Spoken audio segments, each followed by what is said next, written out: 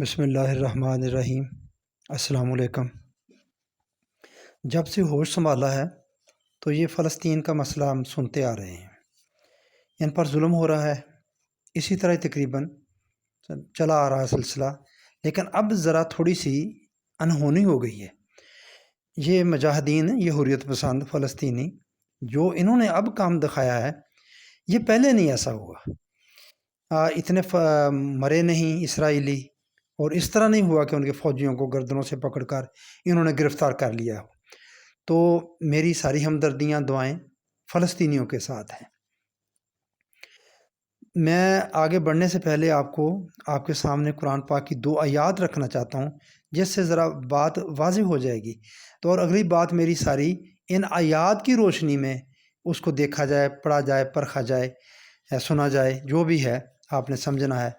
تو میرے سامنے سورۃ مائدہ کی آیت 82 ہے، جس کا مفہوم ہے کہ یقیناً آپ ایمان والوں کا سب سے زیادہ دشمن یہودیوں اور مشرکوں کو پائیں گے، اور ایمان والوں سے سب سے زیادہ دوستی کے قریب آپ یقیناً انہیں پائیں گے جو اپنے آپ کو نصارہ کہتے ہیں۔ بات واضح ہوگی، مسلمانوں کے سب سے بڑا دشمن جو ہے وہ یہودی ہیں اور مشرک ہیں، ہندو سمجھ لیں۔ اب اس کے ساتھ میرے سامنے سورہ مائدہ کی آیت 8 بھی ہے، جس میں ہے کہ مفہوم جس کا، اے ایمان والو، تم اللہ کی خاطر حق پر قائم ہو جاؤ، راستی اور انصاف کے ساتھ گواہی دینے والے بن جاؤ، کسی قوم کی دعوت تمہیں خلاف عدل پر آمادہ نہ کر دے۔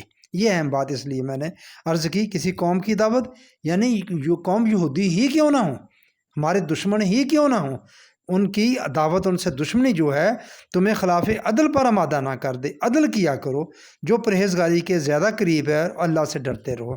تو یہ میں تھوڑا سا کوشش کر رہا ہوں اپنے طور پر، جو میرا تھوڑا بہت نالج ہے، جو میں نے تھوڑی بہت سٹڈی کی ہے، تو اس کے حوالے سے میں یہ عرض کرنا چاہتا ہوں کہ ذرا جو عدل کی بات جو آگے چلے گی، تو اس کی روشنی میں آپ نے میری بات کو آگے سننا ہے کہ میرا یہ عقیدہ ہے، میں سمجھتا ہوں کہ یہودی ہمارے سب سے بڑے دشمن ہیں، لیکن قرآن پاک کی یہ بھی آیت ہے کہ آپ نے انصاف کی بات کرنی ہے، اور قرآن میں کوئی تضاد نہیں ہے۔ یہ سورہ نساء کی 82 نمبر آیت میں ہے۔ آگے بات کرتے ہیں بیت المقدس۔ یہ ایک شہر کا نام ہے، اس کو یروشلم بھی کہتے ہیں۔ یروشلم عبرانی زبان میں اس کے معنی ہے پاک کرنے والا، صاف کرنے والا، اسی سے ہی بیت المقدس ہے۔ القدس کہتے ہیں، شہر القدس، یہی نام ہے۔ اور یہ کس وجہ سے ہے کہ کیا چیز پاک کرنے، کس نے کرنی؟ یہ ہیکل سلیمانی کی وجہ سے، اس وجہ سے یروشلم ہے کہ ان کی یہ نام حضرت عیسیٰ علیہ السلام سے بھی پہلے کا ہے، یروشلم۔ تو ظاہر ہے کہ یہ حضرت سلیمان علیہ السلام کے ہیکل کی وجہ سے یہ یروشلم ہے، اور وہیں سے چونکہ یہ عربی میں آیا، بیت المقدس آیا، تو اس کا نام قرآن ذکر یہ بیت المقدس بنا۔ مگر بیت المقدس کا قرآن میں ذکر نہیں ہے، ہاں البتہ مسجد اقصیٰ کا ذکر ہے۔ بیت المقدس اور مسجد اقصیٰ کا نام سامنے آتے ہی ایسا معلوم ہوتا ہے جیسے بیت اللہ اور مسجد الحرام۔ جب ہم بیت المقدس کہتے ہیں تو ذہن میں ایسے ہی آتا ہے جیسے بیت اللہ ہے اور مسجد الحرام ہے، یعنی کہ بیت المقدس ہے اور مسجد اقصیٰ ہے، جبکہ معاملہ ایسا نہیں ہے۔ بیت اللہ ایک عمارت کا نام ہے اور بیت المقدس شہر کا نام ہے، یہ بات ذہن میں رہے۔ مسجد بیت اللہ ایک عمارت ہے، کمرہ ہے، اور بیت المقدس پورا شہر ہے۔ آگے بات کرتا ہوں یہ دعا جو نبی اکرم صلی اللہ علیہ وآلہ وسلم، وہ بھی معاملہ ذرا اور طرح سے، ہم جس طرح اس کو لیتے ہیں، میں نے ذرا اسی طرح ہی بات کر رہا ہوں کہ آپ کی آرزو خواہش تھی کہ کیا آپ نے دعا کی کہ یہ قبلہ مجھے مل جائے۔ تو جو میں پہلے عرض کر چکا ہوں کہ اس قبلے کی اول کی کوئی بات نہیں ہے، وہی قبلہ ہجرت کے بعد کا واقعہ ہے۔ نبی اکرم صلی اللہ علیہ وآلہ وسلم کی آرزو خواہش تھی کہ یہ کعبہ مجھے دوبارہ مل جائے، میرا قبضہ ہو جائے اس پر۔ تو وہ اس کی طرف آپ کی یہ خواہش اور آرزو کو دیکھتے ہوئے جو تھی، وہ اللہ تعالیٰ نے اس کے بارے میں فرمایا تھا کہ ہم تمہیں اس کا قبضہ دے دیں گے، تولیت تمہیں دوبارہ مل جائے گی، بس تم اپنی توجہ جہاں بھی ہو اس کی طرف ہی مرکوز رکھو، اور تمام مسلمان اس کی طرف ہی مرکوز رکھیں، یہ مسلمانوں کا مرکز محسوس ہے۔ تو وہ بات کرنا چاہتا ہوں میں۔ دعا کا یہ طریقہ، سلیقہ اور کرینہ بنتا ہی نہیں کہ پورے شہر بیت المقدس، یعنی کہ پورا شہر قبلہ کے بدلے شہر مکہ کے اندر ایک عمارت بیت اللہ کو قبلہ بنانے کی دعا، آرزو اور خواہش کی جاتی۔ بیت المقدس تو وہ تو پورا قبلہ نہیں ہے، بیت المقدس تو پورے شہر کا نام ہے، اور جب یہ بات یہ قبلہ ہے ادھر، جب ہم بیت اللہ کی بات کرتے ہیں تو یہ تو ایک کمرہ ہے شہر مکہ کے اندر ہے، یعنی کہ شہر قبلہ کو چھوڑ کے تو ایک اندر عمارت کا کہنا یہ کرینہ بنتا نہیں ہے۔ کرینہ یہی بنتا ہے کہ اگر وہ پورا شہر قبلہ ہے تو یہ پورا شہر ہی قبلہ بنتا، لیکن یہ پورا شہر تو قبلہ نہیں بنا، اس کے اندر ایک عمارت ہے وہ قبلہ بنی، جبکہ وہ پورا شہر قبلہ ہے گو اس کے اندر وہ ہیکل کی وجہ سے اس کا نام پڑا القدس یا یروشلم، لیکن وہ پورا شہر ہے۔ یہ پورا شہر کو ہم کعبہ نہیں کہتے، قبلہ نہیں کہتے۔ قبلہ ہم وہی جو اندر ہے کمرہ ہے، خانہ کعبہ ہے مکاب کا، وہ اس کو قبلہ کہتے ہیں، کعبہ کہتے ہیں۔ نہیں، ایک شہر بیت المقدس قبلہ کی بجائے دوسرا شہر مکہ ہی قبلہ ہونا چاہیے تھا، جبکہ ایسا نہیں ہوا۔ اس کی طرف یہ بات کر دی۔ ویسے تو کسی نہ کسی مسئلے کے لیے ہر ایک کہاں، یہ بھی بات میں تھوڑی سی عرض کرنا چاہتا ہوں کہ یہ قبلہ ہم اس سے یہ کیا مراد لیتے ہیں؟ یہ اسلام کا مرکز محسوس ہے۔ جب کعبے کی بات آئے گی تو ہمارے سامنے اسلام آئے گا، اسلام کا نظام آئے گا کہ یہ اس کا مرکز محسوس ہے۔ ویسے تو کچھ نہیں وہ کہتا، کچھ چلتا نہیں ہے، اس کی جتنی فیوز و برکات ہیں وہ یہ ہے کہ وہ اسلام کا مرکز محسوس ہے۔ جس طرح ہم عام طور پر کہہ دیتے ہیں کہ اس کا منہ تو ماسکو کی طرف ہے، یہ تو ماسکو کی طرف، اس کا کیا مطلب ہوتا ہے؟ اس کا قبلہ ماسکو ہے تو اس کا وہ کمیونسٹ ہے، اس کا ذہن وہ ہے، یا جیسا کہ ہم ماسکو یہ کہتے ہیں واشنگٹن کی طرف ہے، تو اس کا مطلب کیا ہوتا ہے؟ تو اس کا مطلب وہ نہیں کہ وہ اس کی طرف منہ کرتے ہیں، اس کا مطلب یہ ہوتا ہے کہ وہ سرمایہ داری نظام جو ہے اس کا قائل ہے۔ یا کہتے ہیں بیجنگ کی طرف، تو مطلب اس طرح وہ چین کا ہمدرد ہے بیجنگ کی طرف، یہ ہے اس کا مفہوم، یہ خانہ کعبہ کی طرف اپنے رخ کو رکھنے کا مطلب۔ پورے شہر بیت المقدس کا قبلہ ہونا تعجب خیز ہے، پھر بیت المقدس میں کون سی عمارت قبلہ؟ یہ بات ہوگی واضح کہ وہ جو اندر ہیکل تھا وہ قبلہ جو اس کی وجہ سے یہ تھا۔ ہم بیت المقدس کو قبلہ اول کہتے ہیں، جبکہ قرآن کہتا ہے کہ مفہوم۔ بے شک تمام نوع انسانی کی ہدایت والے یا بابرکت نظام کا پہلا مرکز محسوس یہی خانہ کعبہ ہے جو مکہ میں یا آل عمران کی 96 نمبر آیت ہے۔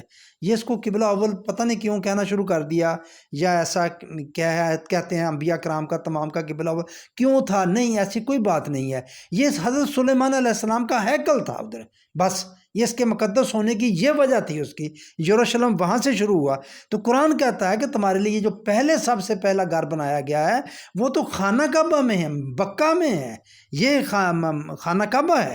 یہ 96 نمبر آیت ہے آل عمران کی، بڑی واضح بات ہے۔ یہ آیت بیت المقدس کو مسلمانوں کا قبلہ اول ہونے کی تردید کرتی ہے۔ یہودیوں کا یہ قبلہ نہ پہلے تھا اور نہ اب ہے، وہ اسے قبلہ کہتے ہی نہیں۔ ہاں، یہ شہر یہودیوں کے لیے مقدس ترین ہے۔ کیوں؟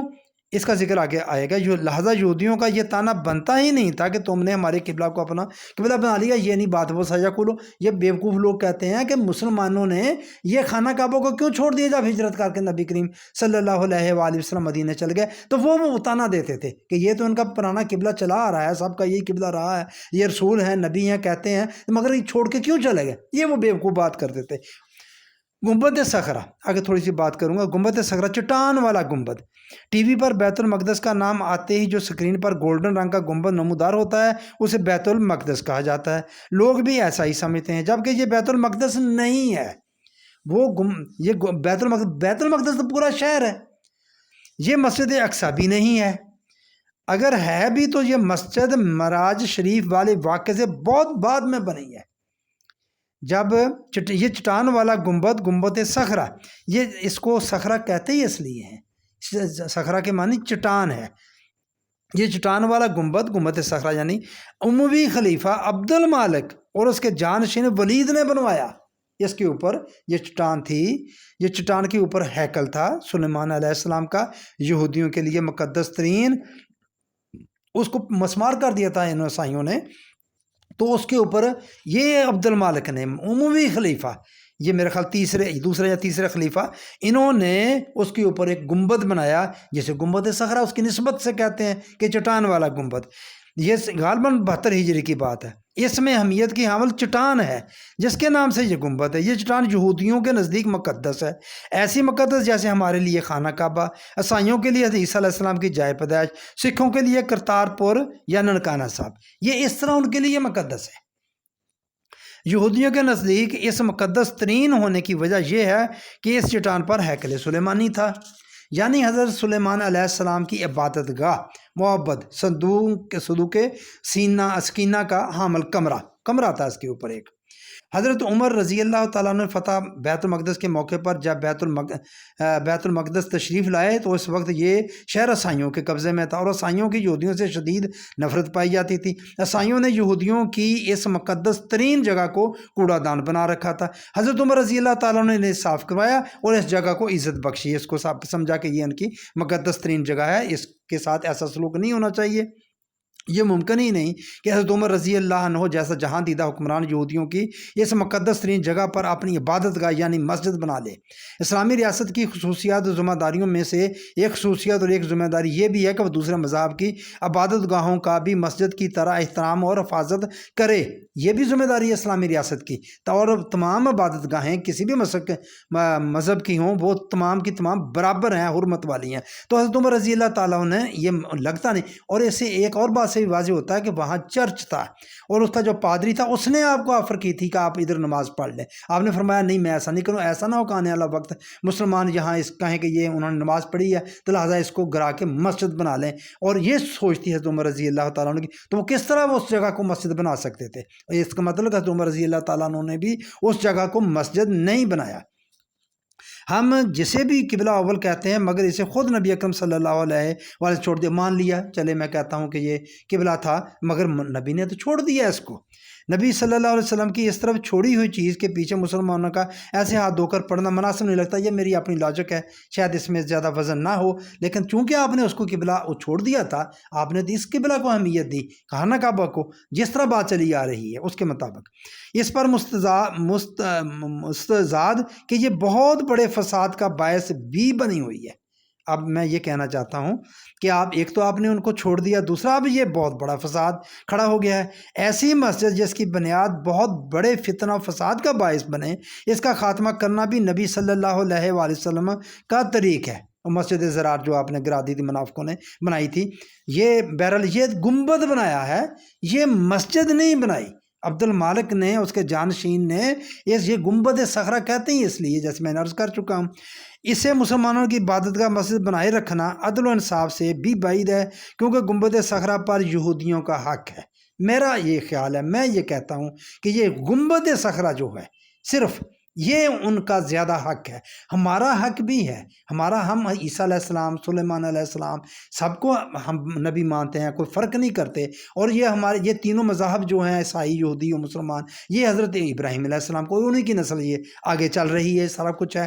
تو بہرحال یہ ہیکل کی وجہ سے سارا کچھ ہے، تو یہ گنبد صخرہ جو ہے یہ وہاں ہیکل تھا، اس لیے میں سمجھتا ہوں کہ اس پر یہودیوں کا اس پر حق ہے۔ اگر یہ لوگ ہمارے لیے اگر یہ جگہ ہمارے لیے مقدس ہے تو یہودیوں کے لیے یہ مقدس ترین جگہ ہے۔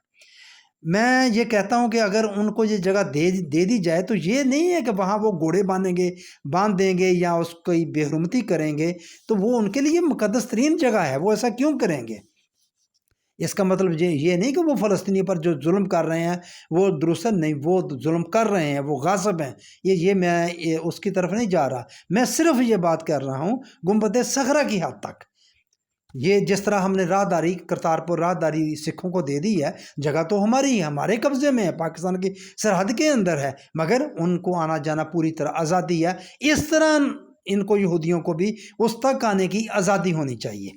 فی الحال میں اسرائیل کو تسلیم کرنے کی بات نہیں کر رہا، اور یہ بات اس وقت کرنی بھی نہیں چاہیے جب تک مسئلہ کشمیر حل نہیں ہو جاتا، کیونکہ ایسا کرنے سے کشمیر پر ہمارے موقف کو نقصان پہنچے گا۔ ویسے میں سمجھتا ہوں کہ ایٹمی پاکستان کی طرف سے برتری و وقار کے ساتھ اسرائیل کو تسلیم کرنے کا کارڈ مسئلہ کشمیر اور مسئلہ فلسطین حل کرنے میں مددگار ثابت ہو سکتا ہے۔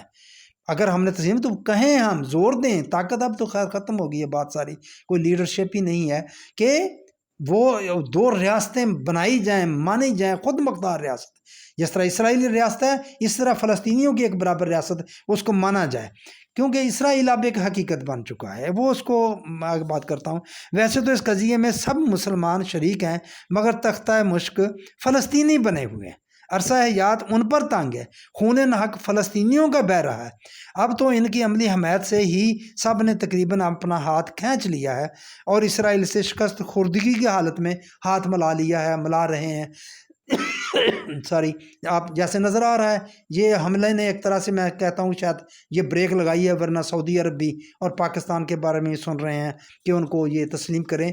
یہ میں نہیں کہتا کریں، لیکن اس کو استعمال کریں، اگر کرنا ہے کرنا پڑے گا، کیونکہ وہ ایسی طاقت ہے، یہ فتنہ فساد بڑھے گا، لیکن اس کو استعمال اس طرح کرے کہ مسئلہ کشمیر بھی حل ہو، اس طرح حل کیا جائے اور فلسطینی ریاست بھی برابر ایک خود مختار ریاست وجود میں لائی جائے اور ان کو پورا حق دیا جائے۔ جتنے حقوق اسرائیل کے ہیں اتنے حقوق ہی ان کے ہونے چاہیے۔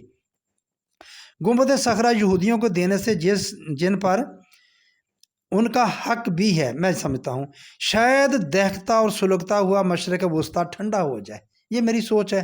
شاید اس طرح غزہ جیل کے دروازے کھل جائیں، جو انہوں نے باڑ لگائی، تمام تر جیل ہے ان کا عرصہ حیات تنگ کیا ہوا ہے۔ شاید فلسطینیوں پر سے اسرائیلی عذاب ٹل جائے۔ بے شک اسرائیل ایک غاصب ریاست ہے، مگر اسرائیل ایک حقیقت ہے جسے جھٹلایا نہیں جا سکتا، وہ اس کو نہیں جھٹلا سکتے۔ اقبال کا ایک شعر ہے، اس سے یہ بات واضح ہو جاتی ہے، تیری دعا نہ جنیوا میں ہے نہ لندن میں ہے، فرنگ کی رگے جہاں پنجائے یہود میں ہے۔ اگلے شعر میں وہ کر رہا ہے کہ وہ تو سارے ہم کیا، وہ تو پورے جو ہے یہ انگریز ہے، فرنگ ہے، اس کی جان اس کے پنجے میں ہے، یہود کے پنجے میں۔ کیا اقبال کے اس شعر سے یہ سبق نہیں ملتا کہ اگر ہماری مشکلات کا حل نہ جنیوا میں ہے نہ لندن میں ہے، اور اگر فرنگ کی رگے جہاں پنجہ یہود میں ہے تو ہم کس کھیت کی مولی ہیں؟ ہم ان کا کیسے مقابلہ کر سکتے ہیں؟ کس زوم میں ہیں؟ اور جب کہ عربوں نے بھی اسرائیل کو تسلیم کر کے اس کے ساتھ تعلقات استوار کر لیے ہیں، تو اس لیے میرا اپنی سوچ ہے کہ یہ قضیہ جو ہے، یہ خاص کر یہ جو جگہ ہے ہیکل والی، یہ ان کو دے دی جائے، اور کسی طریقے سے جو یہ قضیہ ختم اگر ہو جائے، عالم اسلام اس پر تھوڑا سا بڑا دل کر کے یہ کرے، اور جو عالم ہے پورا، وہ یہ اقوام متحدہ یہ ایک اس طرح کا کوئی لاہ عمل تیار کیا جائے، جو قراردادیں پہلے بھی ہیں، کیونکہ اسرائیل ایک مضبوط لابی ہے، وہ سارے اس کے نرغے میں ہیں، یورپ بھی، امریکہ بھی، برطانیہ بھی، سب کچھ چلتا آ رہا ہے۔ تو یہ بہرحال وہ انصاف پر نہیں ہے، بالکل غلط ہے۔ ان کو چاہیے کہ وہ فلسطینیوں کو بھی حق دیں جس طرح ان کا حق ہے رہنے کا۔ تو یہ میرے ذہن میں ایک بات تھی جو میں نے آپ کے سامنے عرض کر دی۔ یہ بہرحال میرا اپنی ایک سوچ ہے کہ گنبد صخرہ ان کو دیا جائے، اور شاید اس سے کوئی آگے بہتر راستہ نکل آئے فلسطینی ریاست کے لیے۔